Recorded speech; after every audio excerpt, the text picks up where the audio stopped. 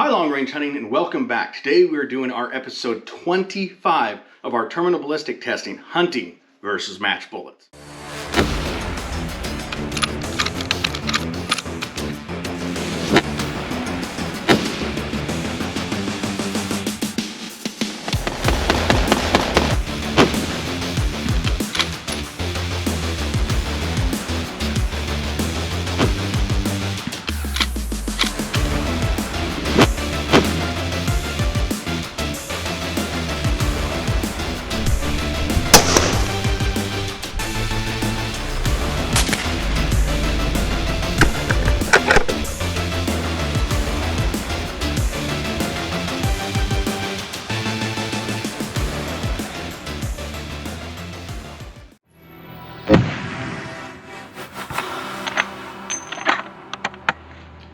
Now today we are covering the Barnes match burners. This is a bullet that I've gotten a lot of interest in as far as people requesting that I test it. I have a friend send me some, so thank you for that.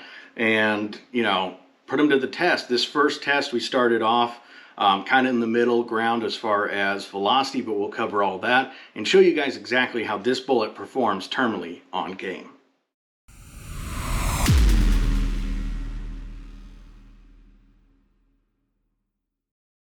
Now let's talk about this bullet's construction and design. Now this is a very interesting bullet as far as it's kind of a mixture between the Berger hybrids and a Sierra Match King. A problem with boat tail hollow point projectiles like this is they can clog due to the material going all the way up, and then you just have that small hole.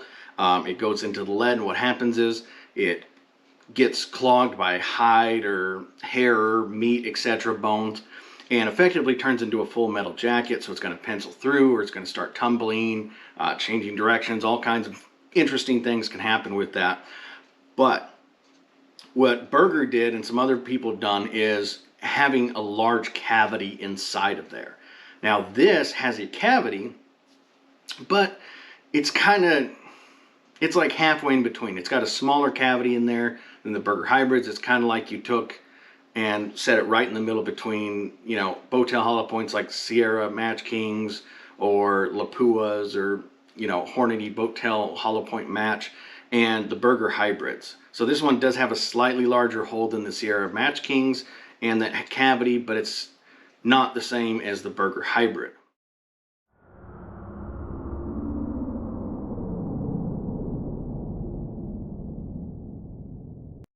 All right, let's talk about the permanent wound cavity. Permanent wound cavity is what happens to the gel. That's that big cavity you see after the bullet crushes through. If you guys want to learn more about terminal ballistics, go watch my other videos. I'm not going to sit there and break it down every time. I usually do, but I'm not in this one. Now this, the max width of it was 1.4 inches as far as that permanent wound cavity. Something you will notice is the projectile didn't open up until about halfway through. Now, unlike other testing, I don't do just blocks of gel. I've done it a couple times just because of issues with hides and stuff, but normally I'm running these 2 spec, which I'm cutting them to fit a certain animal.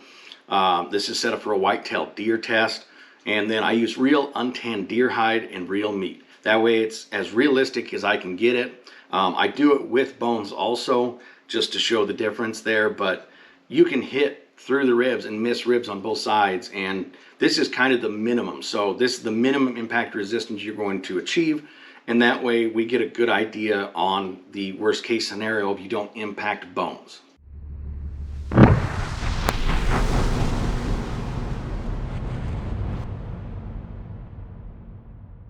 All right, everybody, let's talk about temporary wound cavities. That's hydraulic shock, hydrostatic shock, depending on your impact velocity and bullet performance. That's when you see that gel hit and it opens up that massive cavity. That's what we're dealing with, that energy. Now, to look at this, you're going to see it opens up slow, just like the ballistic gel shows, and you're seeing that energy dump is really shifted to the back side of that. So if you're shooting in the chest, that offside lung is going to be taking most of that damage. You're going to have some damage to the other lung, but you really want it centered as much as possible. Is it still a fatal shot? Absolutely. There is a big difference in energy, though. That's something people don't understand. People have that, oh, well, my ballistic calculator says I have this X amount, so I'm good to go. Not necessarily true. It doesn't mean you're actually achieving that, because that bullet, that energy is dependent on that bullet's performance. If it doesn't perform, it's not dumping that energy. You can watch other videos on that and show examples of that, but let's just dive into this, and we're going to compare it to episode 1 again with that 168 grain ELD match on performance. Now you can see side by side, the ELD match, just like the wound cavity, it had that nice wound cavity going completely through, which was larger than this. It had a lower impact velocity, but that temporary wound cavity is larger, and you can see that it's completely spread out. There's no like edges to the gel block like there is with the Barnes, and there's a big difference. Now this Barnes had a potential of 2,285 foot-pounds of energy, which was more than the ELD match. ELD match was around 2,100 foot-pounds of energy, and so this clearly did not achieve the same energy dump as that.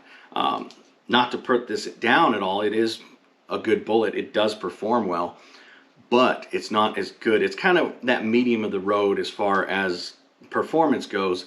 And so just to showcase those differences in performance of, here's a really, really nice cavity, the top tier bullet performance, and then there's this to show the differences in between. And just, even with a lighter bullet with a lower velocity on impact can still outperform. So it's interesting how all this works. Now again, I'm going to continue with these. I'm going to use shoulders on them too. So once we get bones in there, it's definitely going to aid this in opening up a little bit sooner.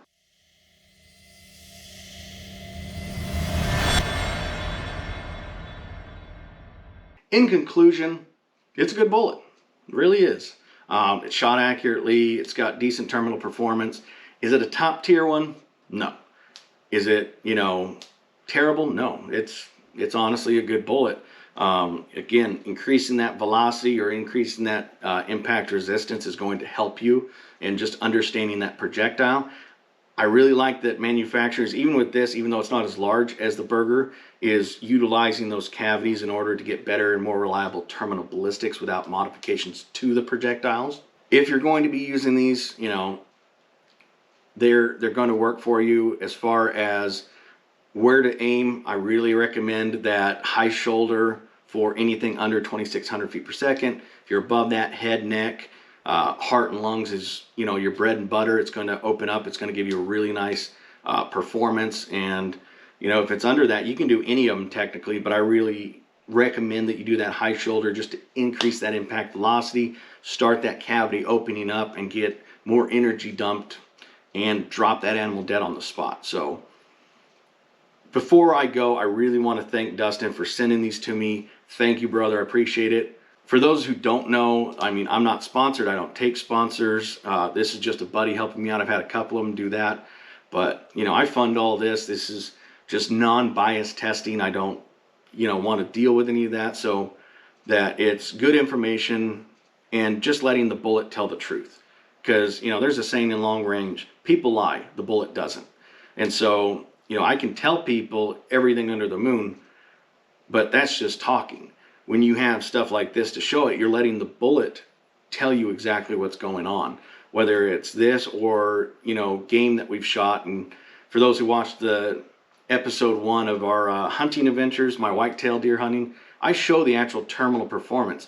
And so then you can take that, look at, the ballistic gel test with that projectile, and then you can go look at the animal and say, okay, well, this is what's showing, this is what it's doing, and you guys can learn and pick your projectiles better. That way you're getting optimal performance for what you're doing, and that way you're getting quick, ethical kills. Knowledge is power, and that's really all this is about, is trying to help people out and learn. I also want to thank all the new subscribers. We've really gotten a lot lately, mainly from that kill reel video. So all the new subscribers, welcome. There's lots of good videos for you guys. Thank you for not only the new supporters, the new subscribers, but the ones who have been here since the beginning and all in between. So, this channel's wouldn't be what it is without you guys. So everybody, thank you for subscribing and, taking this journey with me. Everybody, be safe out there. Happy hunting.